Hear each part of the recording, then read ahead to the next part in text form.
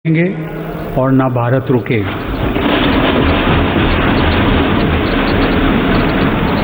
भारत जब जब एकजुट हुआ है तब तब उसने असंभव से लगने वाले लक्ष्यों को प्राप्त किया है। ऐसी ही एकजुटता और पूज्य बापू की प्रेरणा ने हमें सैकड़ों वर्षों की गुलामी से आज़ादी दिलाई थी। इसी भावना को अभिव्यक्त करते हुए राष्ट्र प्रेम से ओतप्रोत कवि असम केसरी अंबिका गिरी राय चौधरी ने कहा था, ओम तत्सत भारत महात ऐक चेतोनाथ, एक ध्यानोत ऐक साधुनाथ, ऐक आवेगोत ऐक होइसा ऐक होइसा। भारतीयों की यही एकजुटता, यही साधना देश को अनेक आपदाओं से बाहर निकाल कर लाई है। एक तरफ कोरोना जैसी वैश्विक महामारी, दूसरी तरफ अनेक राज्यों में बाढ़, कभी अनेक राज्यों में भूकंप, तो कभी बड़े बड़े साइक्लोन, टिड्डी दल के हमले से लेकर बर्ड फ्लू तक देशवासियों ने हर आपदा का डटकर सामना किया है। इसी काल में सीमा पर भी अप्रत्याशित तनाव बढ़ा। इतनी आपदाओं से इतने मोर्चों पर देश एक साथ लड़ा और हर कसौटी पर खरा उतरा। इस दौरान हम सब देशवासियों के अप्रतिम साहस, संयम, अनुशासन और सेवा भाव के भी साक्षी बने हैं। महामारी के खिलाफ इस लड़ाई में हमने अनेक देशवासियों को असमय खोया भी है। हम सभी के प्रिय और पूर्ववर्ती राष्ट्रपति प्रणब मुखर्जी का निधन भी कोरोना काल में हुआ। संसद के 6 सदस्य भी कोरोना की वजह से असमय हमें छोड़कर चले गए। मैं सभी के प्रति अपनी विनम्र श्रद्धांजलि अर्पित करता हूँ। माननीय सदस्यगण, हमारे शास्त्रों में कहा गया है, कृतम में दक्षिणे हस्ते जयो में सब आहिता, अर्थात हमारे एक हाथ में कर्तव्य होता है तो दूसरे हाथ में सफलता होती है। कोरोना महामारी के इस समय में जब दुनिया का प्रत्येक व्यक्ति, हर देश इससे प्रभावित हुआ, आज भारत एक नए सामर्थ्य के साथ दुनिया के सामने उभर कर आया है। मुझे संतोष है कि मेरी सरकार के समय पर लिए गए सटीक फैसलों से लाखों देशवासियों का जीवन बचा है। आज देश में कोरोना के नए मरीजों की संख्या भी तेजी से घट रही है और जो संक्रमण से ठीक हो चुके हैं उनकी संख्या भी बहुत अधिक है। माननीय सदस्यगण, जब हम बीते एक वर्ष को याद करते हैं तो हमें स्मरण होता है कि कैसे एक ओर नागरिकों के जीवन की रक्षा की चुनौती थी तो दूसरी तरफ अर्थव्यवस्था की चिंता भी करनी थी। अर्थव्यवस्था को संभालने के लिए रिकॉर्ड आर्थिक पैकेज की घोषणा के साथ ही मेरी सरकार ने इस बात का भी ध्यान रखा कि किसी गरीब को भूखा न रहना पड़े। प्रधानमंत्री गरीब कल्याण योजना के माध्यम से 8 महीनों तक 80 करोड़ लोगों को 5 किलो प्रति माह अतिरिक्त अनाज निःशुल्क सुनिश्चित किया गया। सरकार ने प्रवासी श्रमिकों, कामगारों और अपने घर से दूर रहने वाले लोगों की भी चिंता की। One nation one ration card की सुविधा देने के साथ ही सरकार ने उन्हें निःशुल्क अनाज मुहैया कराया और उनके लिए श्रमिक स्पेशल ट्रेनें चलवाईं। महामारी के कारण शहरों से वापस आए प्रवासियों को उनके ही गांवों में काम देने के लिए मेरी सरकार ने 6 राज्यों में गरीब कल्याण रोजगार अभियान भी चलाया। इस अभियान की वजह से 50 करोड़ मैन डेज के बराबर रोजगार पैदा हुआ। सरकार ने रेहड़ी पटरी वालों और ठेला लगाने वाले भाई बहनों के लिए विशेष स्वनिधि योजना भी शुरू की। इसके साथ ही करीब 31,000 करोड़ रुपए गरीब महिलाओं के जन धन खातों में सीधे ट्रांसफर भी किए गए। इस दौरान देश भर में उज्ज्वला योजना की लाभार्थी गरीब महिलाओं को 14 करोड़ से अधिक मुफ्त गैस सिलेंडर भी मिले।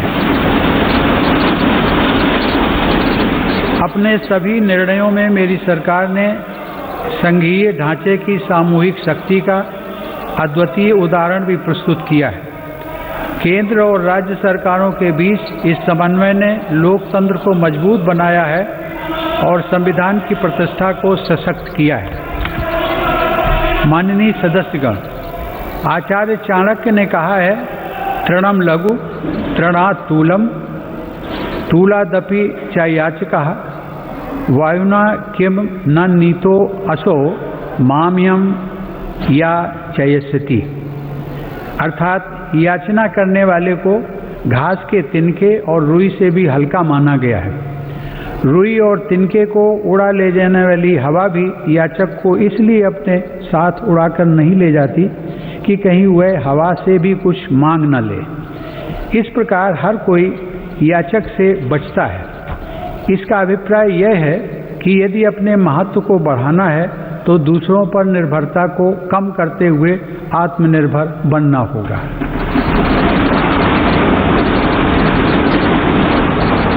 आज़ादी की लड़ाई के समय हमारे स्वतंत्रता सेनानी जिस सशक्त और स्वतंत्र भारत का सपना देख रहे थे, उस सपने को सच करने का आधार भी देश की आत्मनिर्भरता से ही जुड़ा था। कोरोना काल में बनी वैश्विक परिस्थितियों ने जब हर देश की प्राथमिकता उसकी अपनी ज़रूरतें थी, हमें ये याद दिलाया है कि आत्मनिर्भर भारत का निर्माण क्यों इतना महत्वपूर्ण है।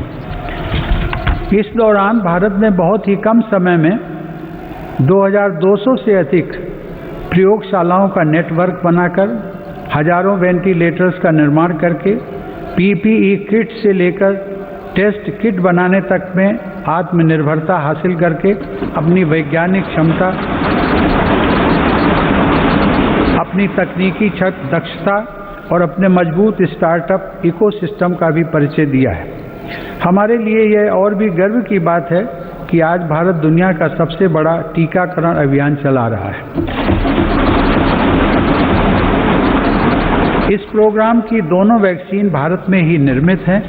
संकट के इस समय में भारत ने मानवता के प्रति अपने दायित्व का निर्वहन करते हुए अनेक देशों को कोरोना वैक्सीन की लाखों खुराक उपलब्ध कराई है।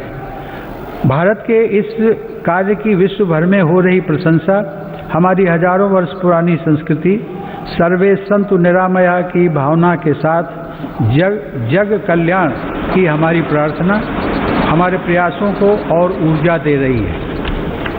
माननीय सदस्यगण, मेरी सरकार द्वारा स्वास्थ्य के क्षेत्र में पिछले 6 वर्षों में जो कार्य किए गए हैं, उनका बहुत बड़ा लाभ हमने इस कोरोना संकट के दौरान देखा है। इन वर्षों में इलाज से जुड़ी व्यवस्थाओं को आधुनिक बनाने के साथ ही बीमारी से बचाव पर भी उतना ही बल दिया गया है। राष्ट्रीय पोषण अभियान, फिट इंडिया अभियान, खेलो इंडिया अभियान, ऐसे अनेक कार्यक्रमों से स्वास्थ्य को लेकर देश में नई सतर्कता आई है। आयुर्वेद और योग को बढ़ावा देने के मेरी सरकार के प्रयासों का लाभ भी हमें देखने को मिला है। मेरी सरकार के प्रयासों से आज देश की स्वास्थ्य सेवाएं गरीबों को आसानी से उपलब्ध हो रही हैं तथा बीमारियों पर होने वाला उनका खर्च कम हो रहा है।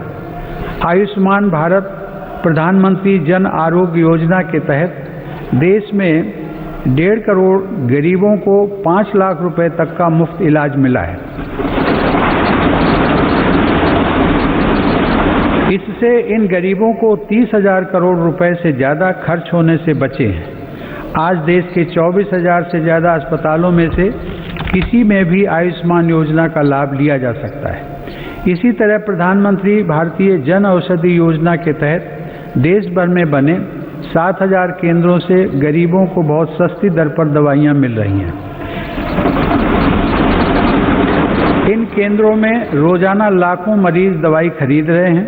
कीमत कम होने की वजह से मरीजों को सालाना लगभग 3,600 करोड़ रुपए की बचत हो रही है। माननीय सदस्यगण, देश में स्वास्थ्य सेवाओं के विस्तार के लिए मेडिकल शिक्षा का विस्तार भी अत्यंत आवश्यक है। साल 2014 में देश में सिर्फ 387 मेडिकल कॉलेज थे, लेकिन आज देश में 562 मेडिकल कॉलेज हैं। बीते 6 वर्षों में अंडर ग्रेजुएट और पोस्ट ग्रेजुएट चिकित्सा शिक्षा में 50,000 से ज़्यादा सीटों की वृद्धि हुई है। प्रधानमंत्री स्वास्थ्य सुरक्षा योजना के तहत सरकार ने 22 नए एम्स को भी मंजूरी दी है।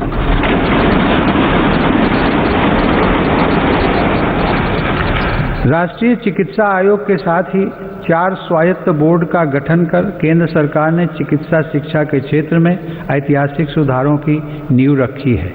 इन्हीं सुधारों के क्रम में दशकों पुरानी मेडिकल काउंसिल ऑफ इंडिया के स्थान पर नेशनल मेडिकल कमीशन की स्थापना की गई है।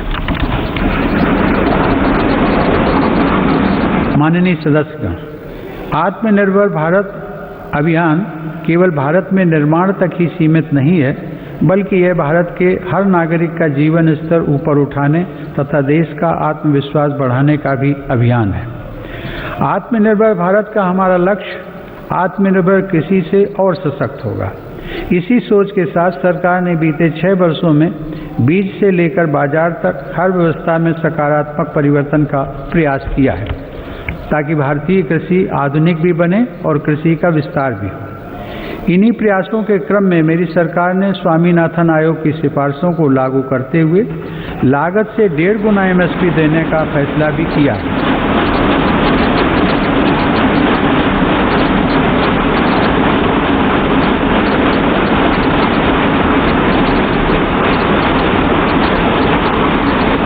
मेरी सरकार आज न सिर्फ MSP पर रिकॉर्ड मात्रा में खरीद कर रही है, बल्कि खरीद केंद्रों की संख्या को भी बढ़ा रही है। आज कृषि के लिए उपलब्ध सिंचाई के साधनों में भी व्यापक सुधार आ रहा है। पर ड्रॉप मोर क्रॉप के मंत्र पर चलते हुए सरकार पुरानी सिंचाई परियोजनाओं को पूरा करने के साथ ही सिंचाई के आधुनिक तरीके भी किसानों तक पहुंचा रही है। 2013-14 में जहां 42 लाख हेक्टेयर जमीन में ही माइक्रो इरिगेशन की सुविधा थी, वहीं आज 56 लाख हेक्टेयर से ज़्यादा अतिरिक्त जमीन को माइक्रो इरिगेशन से जोड़ा जा चुका है। मुझे खुशी है कि सरकार के इन प्रयासों को हमारे किसान अपने परिश्रम से और आगे बढ़ा रहे हैं। आज देश में खाद्यान्न उपलब्धता रिकॉर्ड स्तर पर है। वर्ष 2008-9 में जहां देश में 234 मिलियन टन खाद्यान्न की पैदावार हुई थी, वहीं साल 2019-20 में देश की पैदावार बढ़कर 296 मिलियन टन तक पहुंच गई है। इसी अवधि में सब्जी और फलों का उत्पादन भी 215 मिलियन टन से बढ़कर अब 320 मिलियन टन तक पहुंच गया है। मैं इसके लिए देश के किसानों का अभिनंदन करता हूं। माननीय सदस्यगण, समय की मांग है कि कृषि क्षेत्र में हमारे जो छोटे और सीमांत किसान हैं, जिनके पास सिर्फ 1 या 2 हेक्टेयर जमीन होती है, उन पर विशेष ध्यान दिया जाए। देश के सभी किसानों में से 80% से ज़्यादा ये छोटे किसान ही हैं और इनकी संख्या 10 करोड़ से ज़्यादा है। मेरी सरकार की प्राथमिकताओं में ये छोटे और सीमांत किसान भी हैं। ऐसे किसानों के छोटे छोटे खर्च में सहयोग करने के लिए PM किसान सम्मान निधि के जरिए उनके खातों में लगभग 1,13,000 करोड़ से अधिक रुपए सीधे ट्रांसफर किए जा चुके हैं। प्रधानमंत्री फसल बीमा योजना का लाभ भी देश के छोटे किसानों को हुआ है। इस योजना के तहत पिछले 5 वर्षों में किसानों को 17,000 करोड़ रुपए प्रीमियम के एवज में लगभग 90,000 करोड़ रुपए की राशि मुआवजे के तौर पर मिली है। देश के छोटे किसानों को साथ जोड़कर 10,000 किसान उत्पादक संगठनों यानी फार्मर प्रोड्यूसर ऑर्गेनाइजेशंस को स्थापित करने का अभियान एक ऐसा ही प्रभावशाली कदम है। इससे इन छोटे किसानों को समृद्ध किसानों की तरह बेहतर तकनीक, ज़्यादा ऋण, पोस्ट हार्वेस्टिंग प्रोसेसिंग एवं मार्केटिंग की सुविधाएं और प्राकृतिक आपदा के समय सुरक्षा मिलनी सुनिश्चित हुई है। इससे किसानों को अपनी फसल की ज़्यादा कीमत और ज़्यादा बचत का विकल्प भी मिला है। माननीय सदस्यगण, व्यापक विमर्श के बाद संसद ने 7 महीने पूर्व 3 महत्वपूर्ण कृषि सुधार कृषक उपज व्यापार और कृषक संवर्धन और सरलीकरण विधेयक, कृषि सशक्तिकरण और संरक्षण, कीमत आश्वासन और कृषि सेवा करार विधेयक और आवश्यक वस्तु संशोधन विधेयक पारित किए हैं। इन कृषि सुधारों का सबसे बड़ा लाभ भी 10 करोड़ से अधिक छोटे किसानों को तुरंत मिलना शुरू हुआ।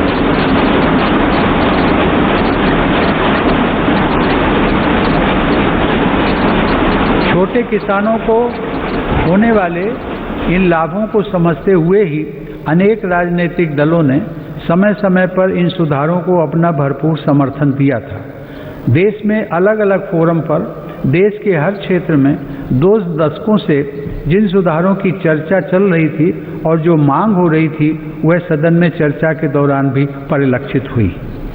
वर्तमान में इन कानूनों का अमलीकरण देश की सर्वोच्च अदालत ने स्थगित किया हुआ है। मेरी सरकार उच्चतम न्यायालय के निर्णय का पूरा सम्मान करते हुए उसका पालन करेगी।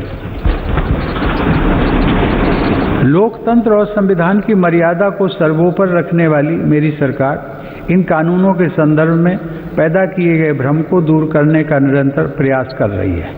मेरी सरकार ने लोकतंत्र में अभिव्यक्ति की आज़ादी और शांतिपूर्ण आंदोलनों का हमेशा सम्मान किया है, लेकिन पिछले दिनों हुआ तिरंगे और गणतंत्र दिवस जैसे पवित्र दिन का अपमान बहुत दुर्भाग्यपूर्ण है। जो संविधान हमें अभिव्यक्ति की आज़ादी का अधिकार देता है, वही संविधान हमें सिखाता है कि कानून और नियम का भी उतनी ही गंभीरता से पालन करना चाहिए। मेरी सरकार ये स्पष्ट करना चाहती है कि 3 नए कृषि कानून बनने से पहले पुरानी व्यवस्थाओं के तहत जो अधिकार थे तथा जो सुविधाएं थी, उनमें कहीं कोई कमी नहीं की गई है, बल्कि इन कृषि सुधारों के जरिए सरकार ने किसानों को नई सुविधाएं उपलब्ध कराने के साथ साथ नए अधिकार भी दिए हैं।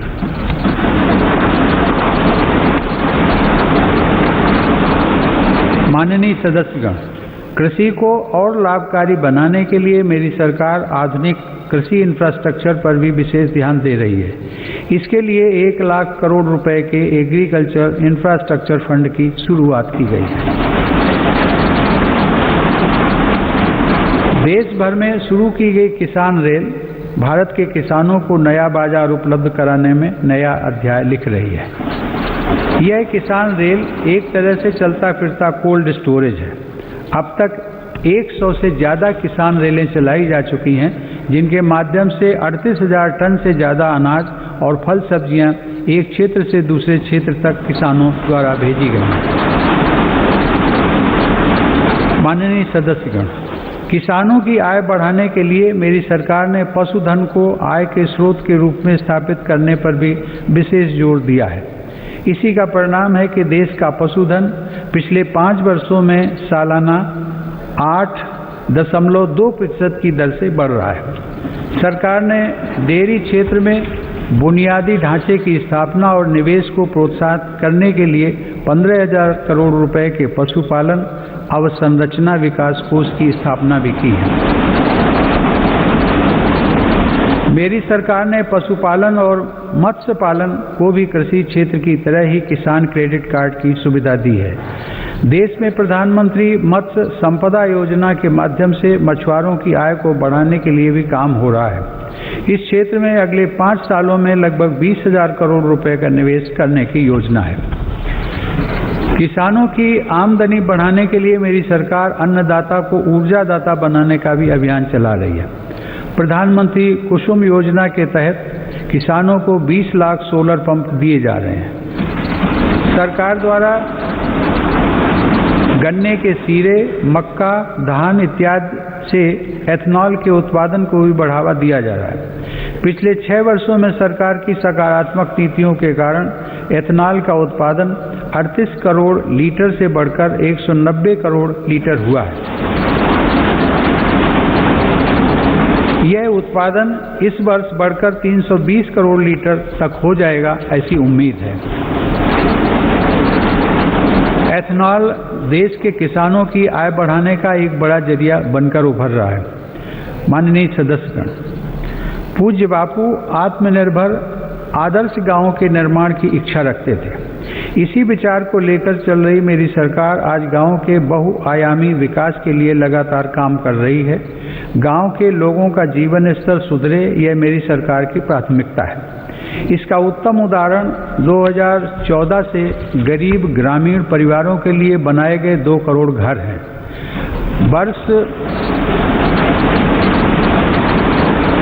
वर्ष 2022 तक हर गरीब को पक्की छत देने के लिए प्रधानमंत्री आवास योजना की गति भी तेज की गई है।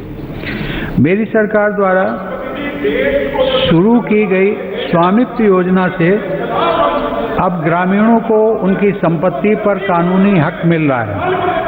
स्वामित्व के इस अधिकार से अब गांव में भी संपत्तियों पर बैंक लोन लेना, हाउस लोन लेना आसान बनेगा और ग्रामीण क्षेत्रों में आर्थिक गतिविधियां तेज होंगी। इस योजना का भी विशेष लाभ गांव के छोटे उद्यमियों और कुटीर उद्योगों से जुड़े लोगों तथा छोटे किसानों को होगा। माननीय सदस्यगण, बाबा साहेब आम्बेडकर संविधान के मुख्य शिल्पी होने के साथ साथ हमारे देश में वाटर पॉलिसी को दिशा दिखाने वाले भी थे। 8 नवंबर 1945 को कटक में एक कॉन्फ्रेंस के दौरान उन्होंने कहा था, water is wealth, water being the wealth of the people and its distribution being uncertain, the correct approach is not to complain against nature but to conserve water. Baba Saheb की प्रेरणा को साथ लेकर मेरी सरकार जल जीवन मिशन की महत्वाकांक्षी योजना पर काम कर रही है। इसके तहत हर घर जल पहुंचाने के साथ ही जल संरक्षण पर भी तेज गति से काम किया जा रहा है। मुझे यह बताते हुए हर्ष है कि इस अभियान के तहत अब तक 3 करोड़ परिवारों को पाइप वाटर सप्लाई से जोड़ा जा चुका है। इस अभियान में अनुसूचित जातियों व जनजातियों के भाई बहनों तथा वंचित वर्गों के अन्य लोगों को प्राथमिकता के आधार पर पानी का कनेक्शन दिया जा रहा है। माननीय सदस्यगण, हमारे गांवों को 21वीं सदी की जरूरतों और इंफ्रास्ट्रक्चर से जोड़ने के लिए मेरी सरकार ने ग्रामीण सड़क नेटवर्क के विस्तार में भी सराहनीय काम किया है। प्रधानमंत्री ग्राम सड़क योजना के अंतर्गत देश के ग्रामीण क्षेत्रों में 6,42,000 किलोमीटर सड़क का निर्माण पूरा कर लिया गया। इस योजना के तीसरे चरण में ग्रामीण क्षेत्रों में बसावटों के साथ साथ स्कूलों, बाजारों और अस्पतालों आदि से जोड़ने वाले 1,25,000 किलोमीटर रास्तों को भी अपग्रेड किया जाएगा।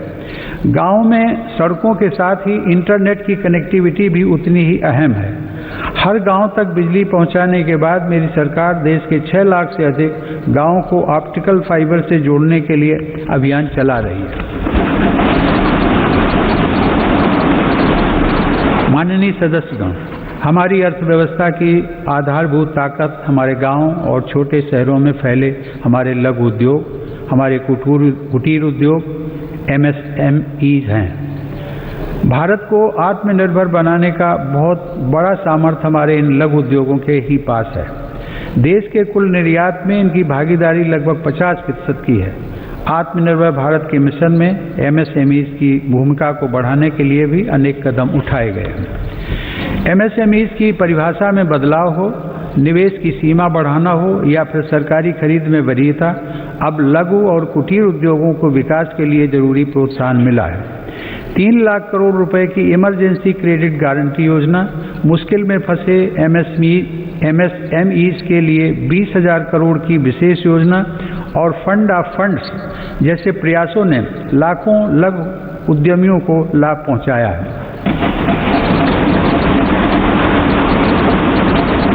जेम पोर्टल से देश के दूर दराज वाले क्षेत्रों के MSMEs को सरकारी खरीद में पारदर्शिता के साथ साथ अधिक भागीदारी भी मिल रही है। मेरी सरकार की यह निरंतर कोशिश है कि उद्यमशीलता का लाभ देश के हर वर्ग को मिले। हुनर हाट और उस्ताद योजना के माध्यम से लाखों शिल्पकारों का कौशल विकास भी किया जा रहा है और उनको रोजगार के अवसर दिए जा रहे हैं। इन लाभार्थियों में आधे से अधिक महिला शिल्पकार हैं। ई-हाट के माध्यम से इन शिल्पकारों को पूरी दुनिया के खरीदारों से जोड़ा जा रहा है।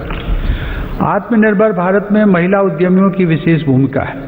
मेरी सरकार ने महिलाओं को स्वरोजगार के नए अवसर देने के लिए कई कदम उठाए हैं। मुद्रा योजना के तहत अब तक 25 करोड़ से ज़्यादा ऋण दिए जा चुके हैं, जिसमें से लगभग 70% ऋण महिला उद्यमियों को मिले हैं।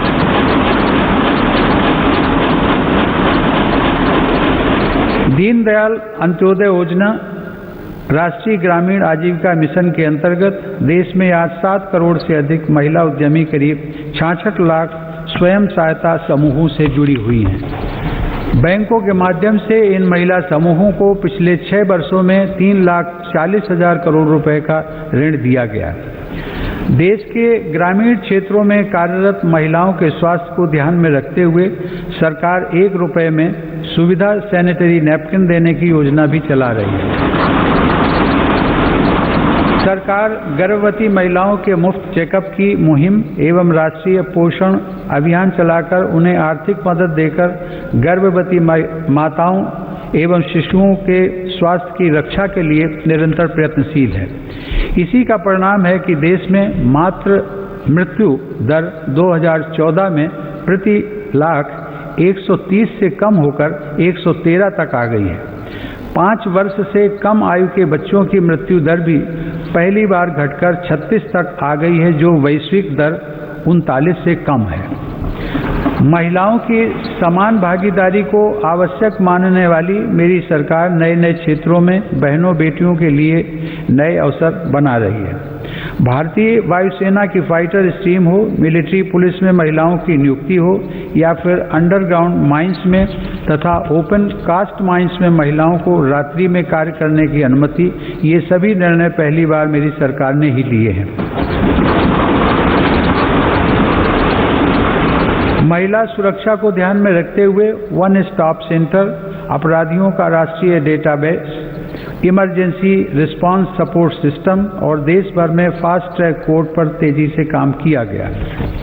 माननीय सदस्यगण, 21वीं सदी की वैश्विक आवश्यकताओं और चुनौतियों को ध्यान में रखते हुए सरकार ने राष्ट्रीय शिक्षा नीति की घोषणा की है।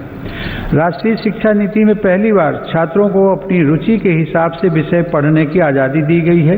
किसी कोर्स के बीच में भी विषय और स्ट्रीम बदलने का विकल्प युवाओं को दिया गया है। मेरी सरकार ने ई विद्या के अंतर्गत स्कूली शिक्षा के लिए दीक्षा ऑनलाइन पोर्टल को one nation one digital platform के रूप में विकसित किया है। विद्यार्थियों के हितों के लिए संवेदनशील मेरी सरकार ने JEE और नीट परीक्षाओं का भी सफल आयोजन कर उनका 1 साल व्यर्थ होने से बचाया है। माननीय सदस्यगण, मेरी सरकार का मानना है कि सबसे ज़्यादा वंचित वर्गों की सामाजिक और आर्थिक विकास की यात्रा गुणवत्ता युक्त शिक्षा से आरंभ होती है। सरकार की विभिन्न छात्रवृत्ति योजनाओं का लाभ ऐसे ही 3 करोड़ 20 लाख से ज़्यादा विद्यार्थियों को मिल रहा है। इनमें अनुसूचित जाति, पिछड़ा वर्ग, वनवासी एवं जनजातीय वर्ग और अल्पसंख्यक समुदाय के छात्र छात्राएं शामिल हैं। सरकार का प्रयास है कि ज़्यादा से ज़्यादा पात्र और ज़रूरतमंद विद्यार्थियों को छात्रवृत्तियों का लाभ मिले। इसके साथ ही अनुसूचित जाति के विद्यार्थियों को दी जाने वाली पोस्ट मैट्रिक छात्रवृत्ति में केंद्र सरकार के हिस्से को भी बढ़ाया जा रहा है। इसी प्रकार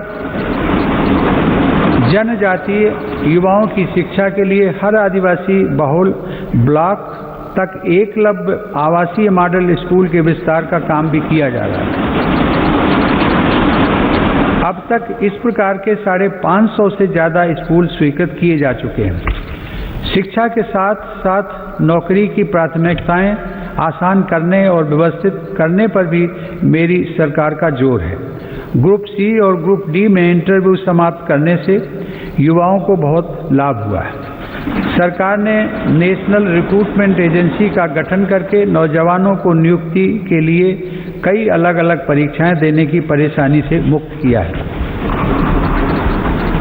माननीय सदस्यगण, मेरी सरकार सबका साथ, सबका विकास, सबका विश्वास के मंत्र के साथ देश के हर क्षेत्र और हर वर्ग के विकास को प्राथमिकता दे रही है। दिव्यांगजनों की मुश्किलों को कम करने के लिए देश भर में हजारों इमारतों को सार्वजनिक बसों और रेलवे को सुगम बनाया गया है। लगभग 700 वेबसाइटों को दिव्यांगजनों के अनुकूल तैयार किया गया है। इसी तरह ट्रांसजेंडर व्यक्तियों को भी बेहतर सुविधाएं और समान अवसर देने के लिए transgender persons protection of rights act लागू किया गया है। डी नोटिफाइड नोमैडिक एवं सेमी नोमैडिक कम्युनिटीज यानी विमुक्त, घुमंतु और अर्ध घुमंतु समुदायों के लिए भी विकास एवं कल्याण बोर्ड की स्थापना की गई है। विकास की दौड़ में पीछे रह गए देश के 112 आकांक्षी जिलों में मेरी सरकार प्राथमिकता के आधार पर विकास योजनाओं को लागू कर रही है। इसका बहुत बड़ा लाभ आदिवासी भाई बहनों को हो रहा है। आदिवासियों की आजीविका के प्रमुख साधन यानी वन उपज की मार्केटिंग और वन उपज आधारित छोटे उद्योगों की स्थापना का काम भी जारी है। ऐसी कोशिशों से लगभग 600 करोड़ रुपए की अतिरिक्त राशि जनजातीय परिवारों तक पहुंची है। सरकार द्वारा 46 वन उपजों पर MSP 90% तक बढ़ाई गई है।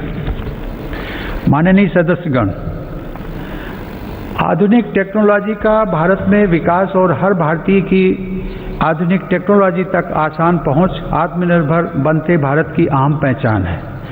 2 गज की दूरी की अनिवार्यता के बीच देश की संस्थाओं और नागरिकों ने डिजिटल इंडिया की ताकत से देश की रफ्तार को थमने नहीं दिया। पिछले वर्ष दिसंबर में UPI से 4 लाख करोड़ रुपए से भी अधिक का डिजिटल पेमेंट हुआ है। आज देश के 200 से ज्यादा बैंक UPI व्यवस्था से जुड़े हैं। इसी तरह डिजिलॉकर का 400 करोड़ से अधिक डिजिटल डॉक्यूमेंट्स के लिए पेपरलेस प्लेटफॉर्म की तरह उपयोग किया जा रहा है। उमंग ऐप पर भी देश के करोड़ों नागरिक 2000 से ज्यादा सेवाओं का लाभ ले रहे हैं। देश में 3.5 लाख से अधिक कॉमन सर्विस सेंटर ग्रामीण क्षेत्रों में लोगों को सरकारी सेवाओं से जोड़ रहे हैं। इसी क्रम में इंडियन स्टैंप एक्ट में संशोधन करके अब देश में ई-स्टैंप की व्यवस्था भी लागू कर दी गई है। जनधन खातों, आधार और मोबाइल की त्रिशक्ति ने लोगों को उनका अधिकार सुनिश्चित किया है। इस जैम त्रिशक्ति की वजह से 1,80,000 करोड़ रुपए गलत हाथों में जाने से बच रहे हैं। मेरी सरकार द्वारा राष्ट्रीय डिजिटल हेल्थ मिशन के जरिए चिकित्सा सेवाओं को डिजिटल बनाने की शुरुआत भी की गई है। इसके माध्यम से आने वाले समय में देश के नागरिक डिजिटल अपॉइंटमेंट, डिजिटल रिपोर्ट के साथ साथ डिजिटल हेल्थ रिकॉर्ड जैसी सुविधाओं का लाभ भी उठा सकेंगे। हमारा अपना नेविगेशन सैटेलाइट सिस्टम नाविक भी आज भारत का गौरव बढ़ा रहा है। इसका लाभ अब हजारों मछुआरे साथियों को मिल रहा है। हाल ही में नेशनल एटॉमिक क्लॉक और भारतीय निर्देशक द्रव्य प्रणाली के रूप में नए मानक भी राष्ट्र को समर्पित किए गए हैं। इन स्वदेशी समाधानों से भारत के प्रोडक्ट्स को अंतर्राष्ट्रीय मानकों के अनुरूप बनाने में मदद मिलेगी। टेक्नोलॉजी का यह अभियान देश की लोकतांत्रिक संस्थाओं को भी सशक्त कर रहा है। इस दिशा में राष्ट्रीय ई-विधान ऐप के जरिए देश की सभी विधानसभाओं, विधान परिषदों और संसद के दोनों सदनों का डिजिटलीकरण किया जा रहा है। राज्य विधानसभाओं में नेशनल ई-विधान एप्लीकेशन यानी नेवा का कार्यान्वयन विधायी और लोकतांत्रिक प्रक्रियाओं के संचालन में एक नए युग की शुरुआत करेगा। माननीय सदस्यगण, हमारी संसद लोकतंत्र में देशवासियों की बढ़ती हुई भागीदारी और नए भारत की आकांक्षाओं की पूर्ति का एक महत्वपूर्ण माध्यम है। पहले की सरकारों में तथा संसद के सदनों में ये बात उठती रही है कि संसद की यह इमारत हमारी वर्तमान आवश्यकताओं को पूरा करने में अपर्याप्त सिद्ध हो रही है। संसद की नई इमारत को लेकर पहले की सरकारों ने भी प्रयास किए थे। यह सुखद संयोग है कि आज़ादी के 75वें वर्ष की तरफ बढ़ते हुए हमारे देश ने संसद की नई इमारत का निर्माण शुरू कर दिया।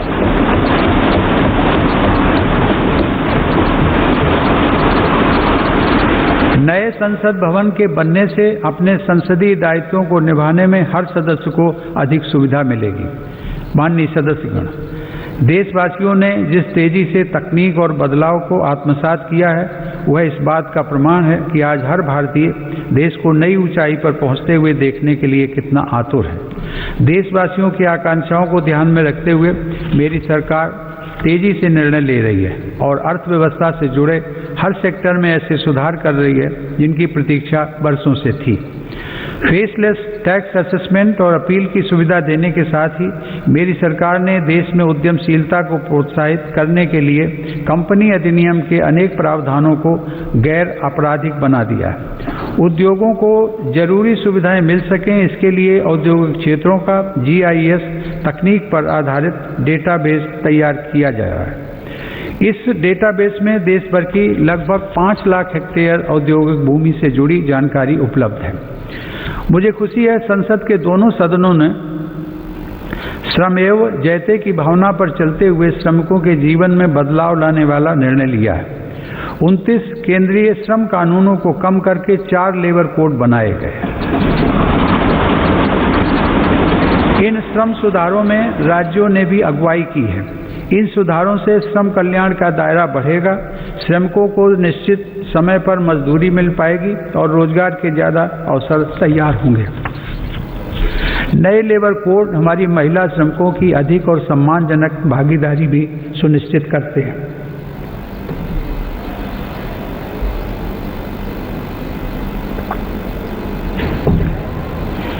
उद्योगों के लिए श्रम के साथ साथ आसान पूंजी भी बहुत आवश्यक है।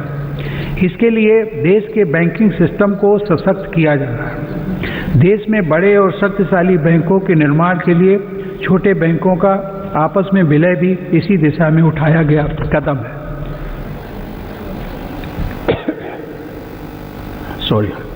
मैन्युफैक्चरिंग से जुड़े 10 सेक्टर्स के लिए पहली बार देश में लगभग 1.5 लाख करोड़ रुपए की प्रोडक्शन लिंक्ड इंसेंटिव स्कीम लागू की गई है। इसका लाभ इलेक्ट्रॉनिक्स सहित अनेक दूसरे सामान की मैन्युफैक्चरिंग में दिखने भी लगा है। देश और विदेश की अनेक बड़ी कंपनियों ने भारत में इन योजनाओं के तहत काम शुरू कर दिया है। मेरी सरकार भारत में बने सामान के उपयोग के लिए जन भागीदारी को प्रोत्साहित कर रही है।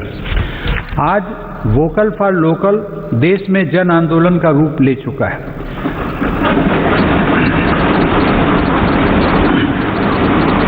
भारत में बने सामान के प्रति भावनात्मक लगाव के साथ ही गुणवत्ता में भी श्रेष्ठ हों, इस दिशा में काम किया जा रहा है। देश में ईज ऑफ डूइंग बिजनेस में सुधार के लिए भी निरंतर कदम उठाए जा रहे हैं। इसके लिए राज्यों के बीच स्वस्थ प्रतिस्पर्धा को प्रोत्साहित किया जा रहा है। यह बड़े हर्ष की बात है कि रैंकिंग में सुधार की गंभीरता को राज्य भी समझ रहे हैं और इसमें बढ़ चढ़कर हिस्सा ले रहे हैं। कोरोना के इस काल में प्रत्येक भारतीय का जीवन बचाने के प्रयासों के बीच अर्थव्यवस्था को जो हानि हुई थी, उससे भी अब देश उबरने लगा है। यह आज अनेक इंडिकेटर्स के माध्यम से स्पष्ट हो रहा है। इस मुश्किल समय में भी भारत दुनिया के निवेशकों के लिए आकर्षक स्थान बनकर उभरा है। अप्रैल से अगस्त 2020 के बीच लगभग $36 अरब का रिकॉर्ड प्रत्यक्ष विदेशी निवेश भारत में हुआ है।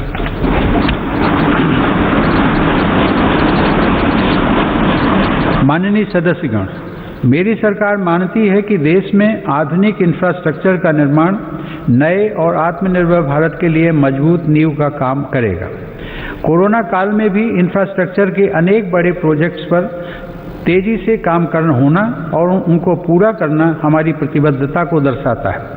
चेन्नई से पोर्ट ब्लेयर तक सबमरीन ऑप्टिकल फाइबर केबल हो, अटल टनल हो या फिर 4 धाम सड़क परियोजना, हमारा देश विकास के कार्यों को आगे बढ़ाता रहा। कुछ दिन पहले ही पूर्वी और पश्चिमी डेडिकेटेड फ्रेट कॉरिडोर के सेक्शंस देश को समर्पित किए गए हैं।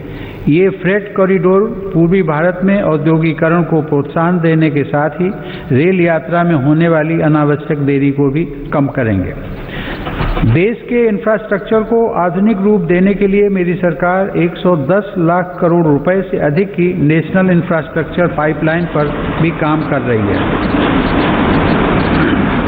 साथ ही भारतमाला परियोजना के पहले चरण में 6 नए एक्सप्रेसवे और 18 नए